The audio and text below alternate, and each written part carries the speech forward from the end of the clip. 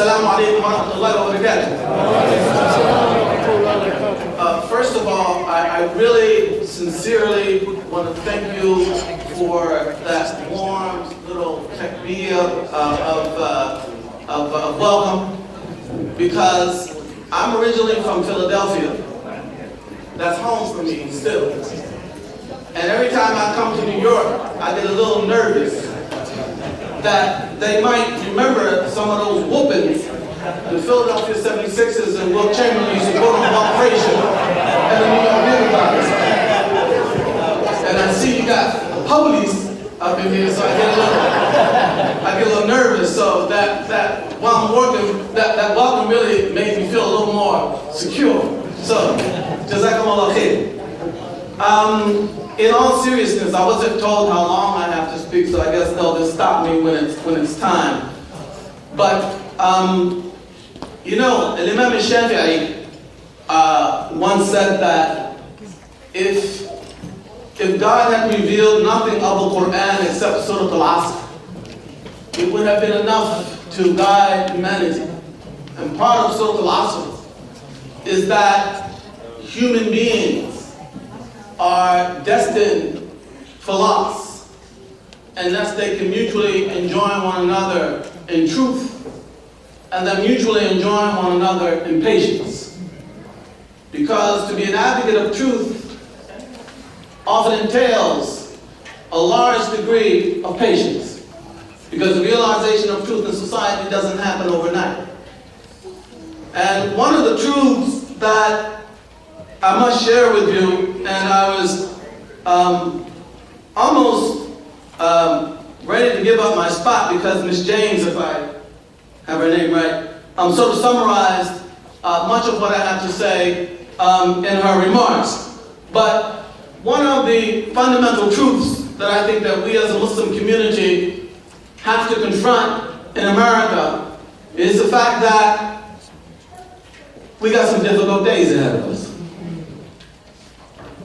And the difficulty of the days ahead of us are not so much because the challenges that we confront are so huge or are so complicated that we don't have the wherewithal to confront them. But part of the difficulty is, in fact, that the Muslim community is often either unaware of or simply unwilling to accept certain truths that must be accepted if we're ever to see our way forward. And among the major truths that we have to confront is the fact that Islamophobia will never be defeated until Muslims, in concert with their allies, amass enough power to render the practice and the culture of Islamophobia either too expensive, too ineffective, or both. And I think the problem that we have here, however, is that it is part of the very aim and the nature of Islamophobia to put Muslims in a psychological frame whereby precisely the thing that they need, power, and by power, I'm talking about political power, and even more so, power in the form of social capital. Islamophobia, however, puts Muslims in the mind to the point that exactly what we need is exactly what we tend to flee from. Because Islamophobia has succeeded in convincing American society that power, whether it's political or social capital, in the hands of Muslims is dangerous. Because that power will only be used. In fact, it's a mortal danger to America because it will only be used to try to undermine or destroy America. And as long as Islamophobia has a free rein to express itself, we will find that even Muslims may tend to internalize this sense that we should probably stay away from power. It's probably safer for us not to go near that power thing. Because if we go near power, we're likely to set off alarm bells. And that will actually make the situation worse for us. So we end up fleeing from the very thing that we need in order to secure our future. Instead of power then, instead of organizing, instead of planning, instead of pooling our resources, instead of putting aside our tangential differences and focusing on the core that unites us, instead of all of these things, and in fact, instead of planning not only to face the issue of the moment, this is one of the mistakes I think that we as a Muslim community have made, but planning transgenerationally. Not simply for Donald Trump. Donald Trump's here today, somebody else will be here tomorrow. That's the nature of what we're dealing with. But where are we going transgenerationally? If you are around to see your great-grandchildren, what will be the reality that they live? And what you do today, what will it contribute to that reality? Instead of thinking and planning along these lines, we tend to want to throw argument and reason at the problem. We rush to get on CNN. We rush to get on Fox News. We might write one of those deft editorials to the New York Times, and somehow we imagine that this is going to solve the problem. That all we need to do is show these people the truth. Show them that ISIS and Al-Qaeda and the San Bernardino killers or whatever, that they don't really represent Islam. All we have to do is convince people, to show them, to prove that this is not representative of Islam, and Islamophobia will just go away. Unfortunately, and I hope I can speak frankly here, I hope I'm in that kind of setting. Because if I'm not, it's too late. Unfortunately, this line of reasoning is the stuff of nursery rhymes. It's like sticks and stones may break my bones, but names will never hurt me. Really? The reality is that the idea that all we have to do is to convince people that we are not who they say we are, and that will send Islamophobia away, is simply not true.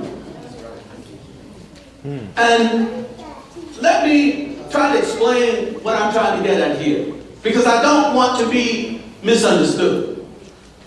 I'm not saying that getting on CNN or Fox or writing to the New York Times, I'm not saying that these things are of no value. They have their value.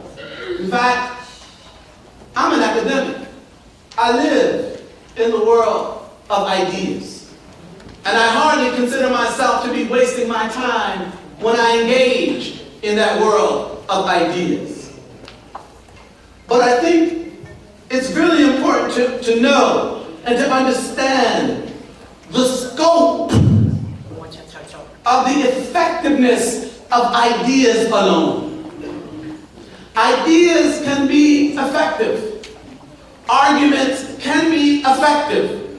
But we have to understand the scope within which that kind of rational suasion will be effective.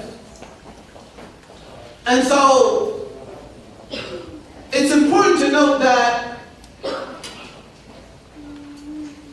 rational suasion or moral suasion can be effective in interpersonal relationships. When you know me, as we've heard from some of the Muslims who work in some of the organizations here in New York City, when you know a Muslim, you have enough knowledge about not only their personality, but the depth of their character. When you know that about a person, you can gauge their words, you can trust their words, you can actually engage and encounter them as a human being.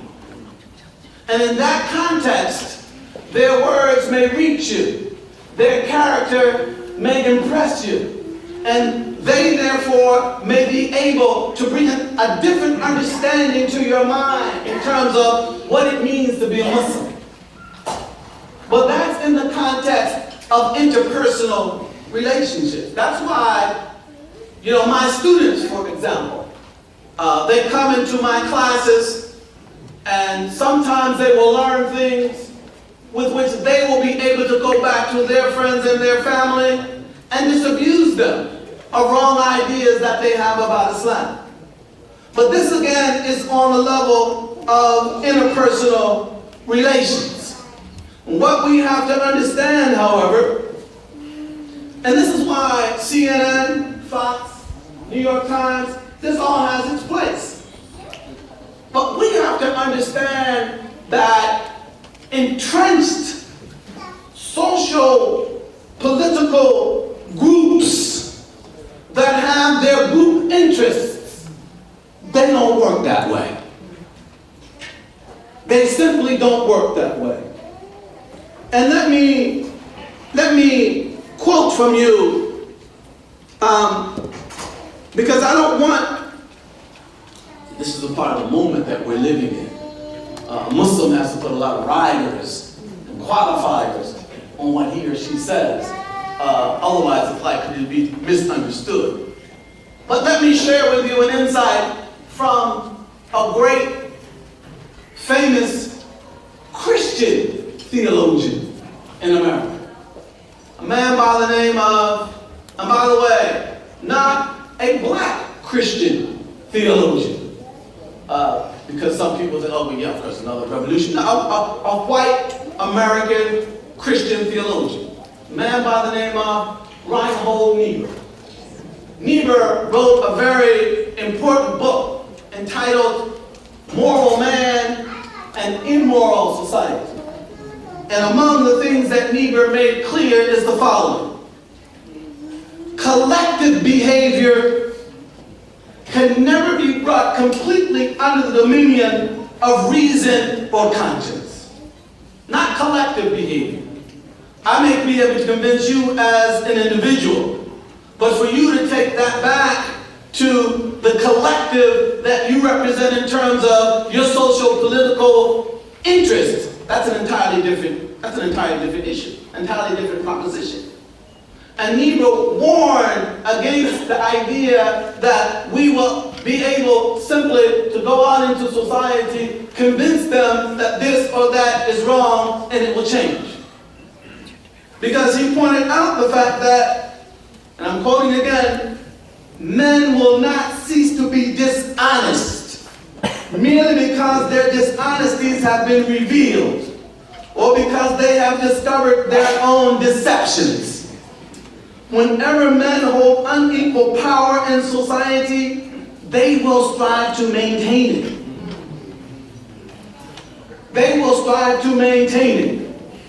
The bottom line, this is the last quote from Niebuhr. The bottom line is, and I quote, when collective power, whether in the form of imperialism or class struggle, exploits weakness, it can never be dislodged unless power is raised against it.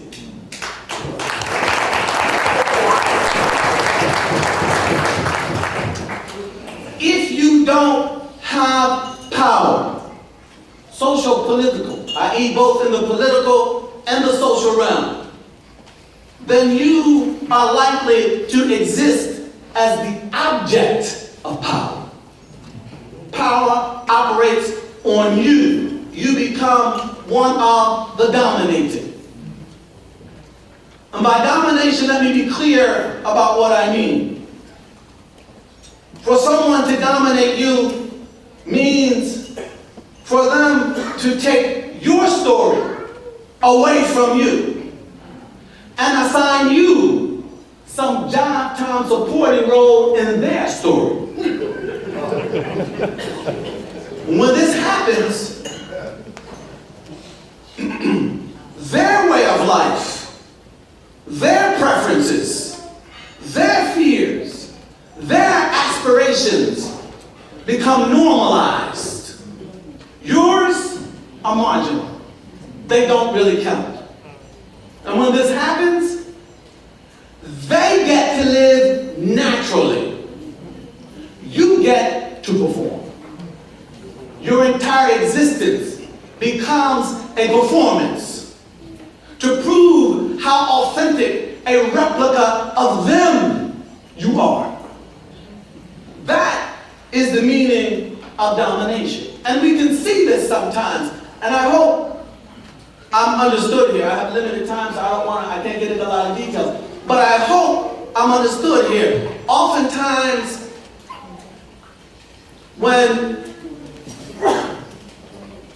because here's the problem.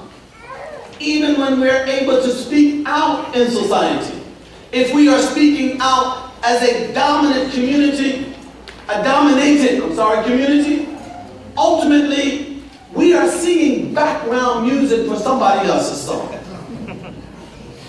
So we can get on Fox News or CNN and we can condemn terrorism, as we should. And let me just say here, and I'll talk about this a little bit later on, if I have it later on. Terrorism, I'm an academic, like I said. So everything I publish goes through a rigorous academic process. It has to go out to independent readers, experts in the field. And in the field of Islamic studies, most of those experts are non-Muslims. And their job is to ensure that the scholarship that's being proposed rises to a level of objectivity, scholarly objectivity. All right? And therefore, everything I publish, my scholarly reputation hinges on it. Back in 2000, and by the way, anything you see published in a journal, you should understand that it was probably written a year before that, because it takes a year for that process to run its course. I published an article in 2000 entitled Domestic Terrorism in the Islamic Legal Tradition, in which I pointed out, according to all four schools, terrorism is forbidden according to the law of Islam. And terrorism is what? It is publicly directed violence. Not public violence, publicly directed violence. Violence that targets the public. Innocence in the public domain. Producing fear and a sense of helplessness. These activities have been condemned in Islamic law from virtually the beginning. So when I say that we should condemn terrorism, I'm not singing background music. I'm singing my own song. As Muslims, terrorism is forbidden. But we can get on CNN and we can condemn terrorism. But we better not say anything about white supremacy. We can condemn terrorism. And the horrible deaths that result therefrom. But we better not say anything about the average of 14,000 murders that occur in America every year. And we're supposed to be concerned about the lives of Americans. We can condemn terrorism, as we should. But can we make black fear in America the equivalent of white fear? Can black fear acquire the same priority and the same attention that white fear has in America. And if it can't, again, we are singing background vocals for somebody else's song. And until we have the requisite power by which we can render Islamophobia too costly or too ineffective, we have to understand something. Entrenched social political groups don't care about the truth. They are all interest, no principle. They care when their interests are threatened, when their interests are jeopardized. And so we will simply not be able to persuade our way out of this situation. We, as a Muslim community, must acquire a modicum of power. And we cannot flee from that which is critical to our very future. Now, having said that much, let me make it very clear, and this is often something that's overlooked. Power is not the same as violence. This is a problem. Some people think that violence and power are the same thing. That if they can carry out violence, they're actually exercising power. Violence is not power. Power can only properly function when it is backed by authority. What do I mean by that? I mean where power is used in a context where it can be seen as rightfully used. That's the kind of power that can bring about change. Violence is the sneer, is the snarl of the powerless.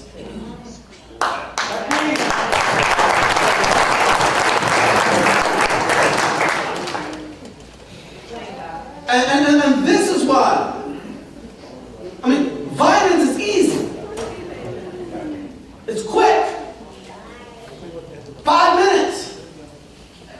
The acquisition and the accumulation of power is hard. It takes time. It takes struggle.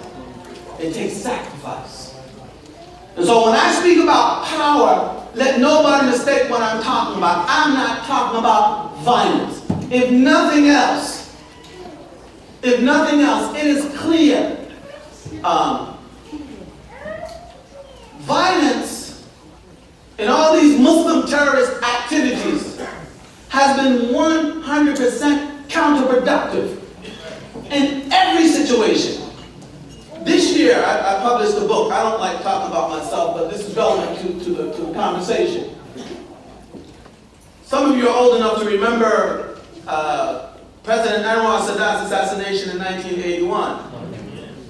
You might not know, however, that the group that assassinated Anwar Sadat in 1997, they came out and they renounced political violence. And they said, we were wrong. And they wrote whole manifestos laying out why Sharia says that we were wrong. And among the things they say is that we were very zealous in our religion, but we didn't fully understand it. When we got an opportunity to study it, we learned that what we were doing was counterproductive. And in fact, what we did and what groups like Al-Qaeda are doing, they said, it's not me, this is them. They said, it has caused the whole world to look askance. Not only at Al-Qaeda, but at whom? At the Muslim Ummah as a whole. It is counterproductive. In addition to being wrong, morally wrong, Islamically wrong. Alright? So, we cannot imagine that violence or terrorism is going to get us anywhere. You come to a society, you go out and you kill a few innocents, or a lot of innocents. What do you expect? Society to turn around and say then, okay,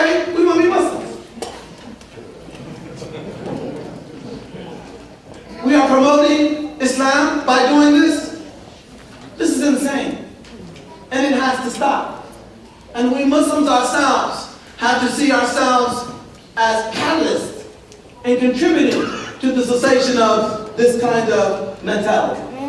Because I'm limited in my time now, I want to move on to talk about two things. One, to make it clear, why do we want power, as I talked about? Political power, social capital, even economic power. That's a form of power as well. We want power, not for the purpose of imposing ourselves on anyone. We want power in order to ensure that we do not become the victims of anyone else's power.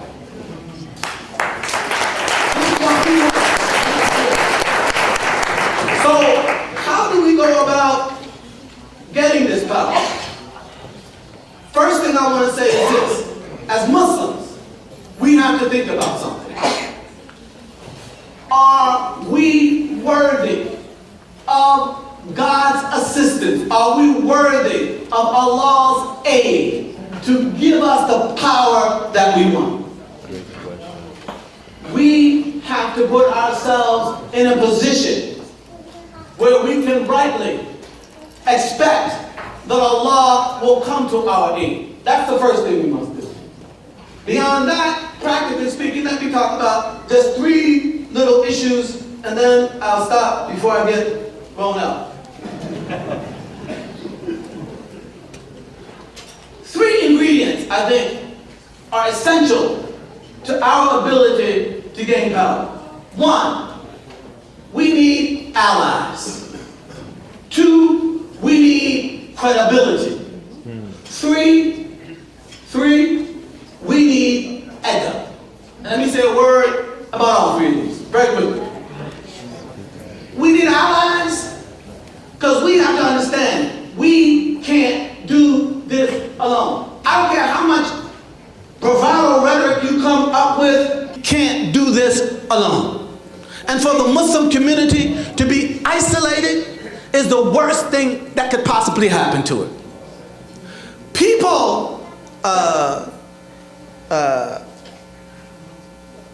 talk about, the black community and what it has been able to achieve. And see, that's the Knicks. See, that's how they do it. People talk about the achievements of the black community. Let me share something with you. And it really floored me when I heard it. You know something sometimes when you hear it, it sort of hits you. I heard this from Jim Brown. He said this. People have to understand something. They say Jackie Robinson broke the color line. But Jackie Robinson didn't break the color line. Branch Rickey broke the color line. And Branch Rickey took Jackie Robinson along with him. What's the point that I'm making? There always have been conscientious white folks and others in America who have acted on their own moral conscience and have stood up to do the right thing. We need to reach out to those real and potential allies. That's number one. But before we even do that, and I'm going to take me some time here because this is important. Before we do that, we have to preserve the natural allies that we have. And let me speak a moment about that. Those of you who know anything about the life of the Prophet Muhammad ﷺ, you know that he was persecuted in his own hometown of Mecca for over a decade.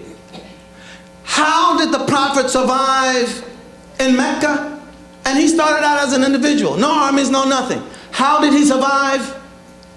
His clan of Bani Hashim came to his aid, and they said, look, and they were non-Muslims, pagans. They said, look, we don't necessarily agree with all this stuff that Muhammad is saying, but he's one of us. And you cannot attack him without dealing with us. And they protected him as one of them. This is what I want to say to the Muslim community in America right now. The black community in America has been our Beni Hashim from the beginning. And we as a Muslim community have turned about, squandered that capital in the black community. We got to get it back. We have to recognize this, and we have to get it back. We have a Beni Hashim right here. I remember right after 9/11, there was a meeting, Tavis Smiley, State of Black America, you remember that? Yes. In a church in my hometown of Philadelphia. And there was one segment where Charles Ogletree from Harvard was leading the section. And he asked this question. He said, what can we do to make Muslims feel more a part of us? Almost before he could get the question out, the Reverend Al-Sharpton chimed in. You know what he said? He said, whoa, hold up. Don't even get it twisted. Because there's not a person in this church who doesn't have a brother, a nephew, an aunt, an uncle, a father, a son, someone in their family or close to it who's not a Muslim. They're already a part of us. And we, as Muslims in America, we need to appreciate this. And we need to invest in it. And we need to preserve it. And let me say this. Our fuqaha here in America, we got to get busy with something. Because alliances are a two-way street. We can't expect them to come to our aid in our time of need. And then when they have an issue, we say, what? Well, sorry, that ain't Islamic. Sorry, that's got a little bit of,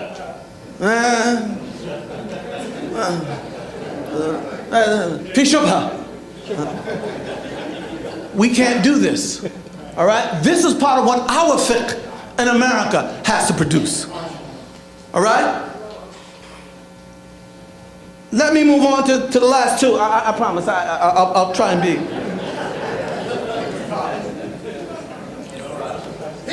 The second thing that we have to do is we have to maintain and grow and augment the allies or the pool of allies that we have.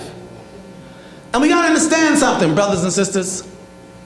We can't do that without credibility. There are many people in America, and never allow yourselves to forget this. By and large, I agree with Miss James, because I'm a black man in America too. America has its dark pages in the past. Some of them very dark. But by and large, Americans are basically a fair-minded people when you're able to get to them with the right kind of information. There are many people in America who want to come to the Muslim defense, but they don't know if they should. Because they don't know if some of this stuff that's being said about the Muslims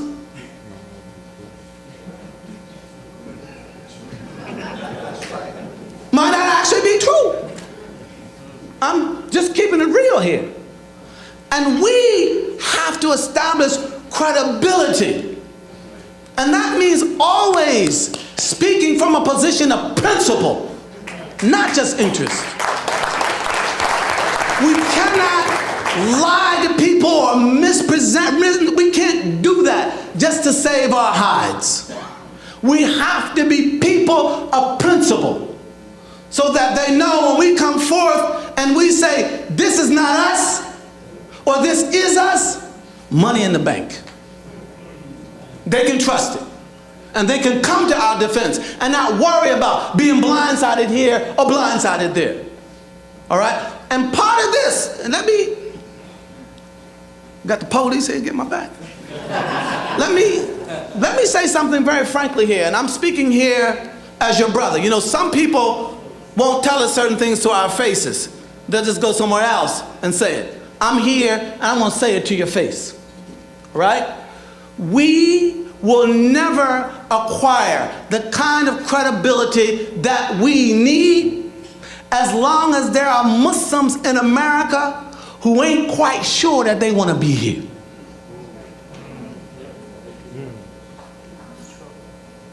Because when you ain't quite sure you want to be here, you might not see it, you emote that.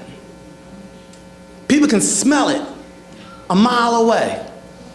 And trust me, people are not going to live in fear because you can't make up your mind. We have to get clear. We are Muslim Americans. We are here, part of this country, and we ain't got no apologies about it, regardless of where you come from. And I mean that very seriously, because this is one of those intangibles. You follow what I'm talking about? And it's not about the clothes you wear. Don't get me wrong. It's not about that. But some of you know what I'm talking about. All right? It's sort of like Nietzsche said, my genius is in my nostrils. I can smell it a mile away. And they can. And that makes it easier for the Islamophobes, all right, to make people believe all those negative things about us. We got to get clear about that. Second thing when it comes to credibility, all right? We got to get clear, and I'll just say this because they're getting nervous. We got to get clear about this business of the U.S. Constitution. Donald Trump says we're going to not let in these Muslims in America. Muslims, that's unconstitutional. Well, where do you stand on that Constitution? Huh? This is what I'm talking about. We got to get clear. Clear. No diffidence. No obfuscation. No misrepresentation. Clear on where we stand on this U.S. Constitution. And I can feel the nervousness in the room now. Let me just offer this. There might be a problem with reconciling Islam or Sharia with the Constitution if the Constitution set itself up as a statement of ultimate truth. Because then you'd have the ultimate truth of the Constitution versus the ultimate truth of Islam. But the Constitution ain't no statement of ultimate truth. The Constitution is a negotiated agreement about how we are going to arrange our political affairs. It's got nothing to say about whether God exists or not. Who is a prophet or not? Is there a hereafter or not? It has nothing to say about that. Fundamentally, because it is not a statement of ultimate truth, there's no fundamental clash. Even if we may disagree with certain aspects of that Constitution. Let's just give an example so people don't think I'm talking in code. You gotta be careful as a Muslim these days. People think you're talking in code. I mean, the 21st Amendment, for example, legitimizes alcohol. Okay, let's say we disagree with that. All right? The Prophet ﷺ entered into agreements, aspects of which he disagreed with. Did that undermine the whole agreement?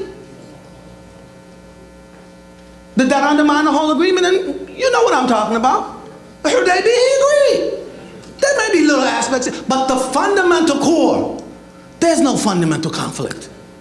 And we have to be unabashed, unhesitating in proclaiming that. Because if we don't, not only will we play into the hands of the Islamophobes, but our allies will get nervous about us. Our allies will get weak-kneed about us. We got to be careful about that. The last thing is we have to be clear about what we as a Muslim community want in America. And let me just speak clearly one more time. Since I'm already in trouble, might test my Philly skills on the way out.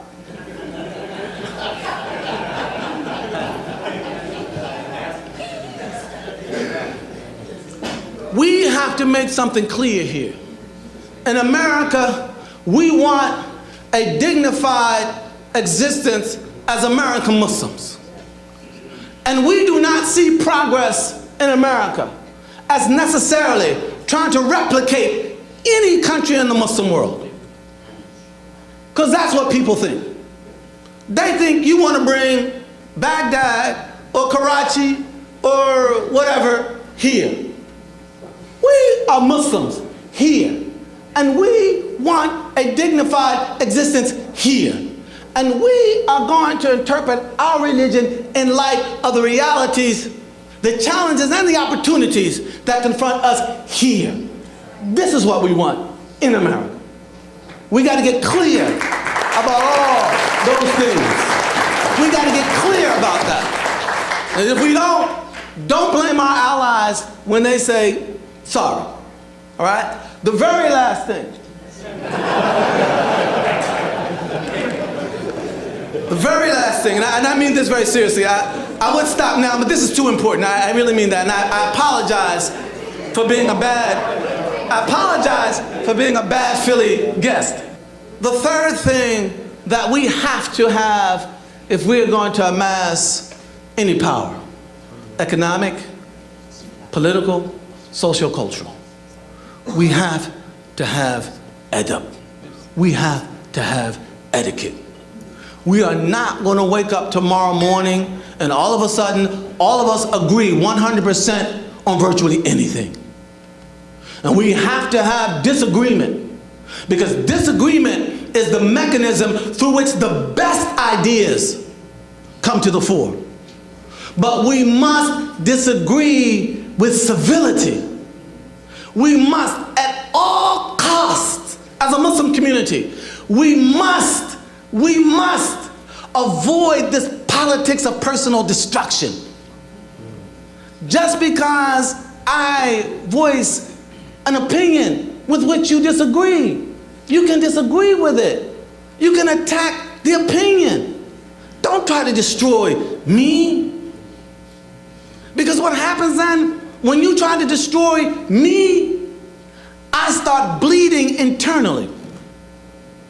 And when I start bleeding internally, when the next issue comes about, I can't come and offer my hand to you, because I'm bleeding internally. You've alienated me.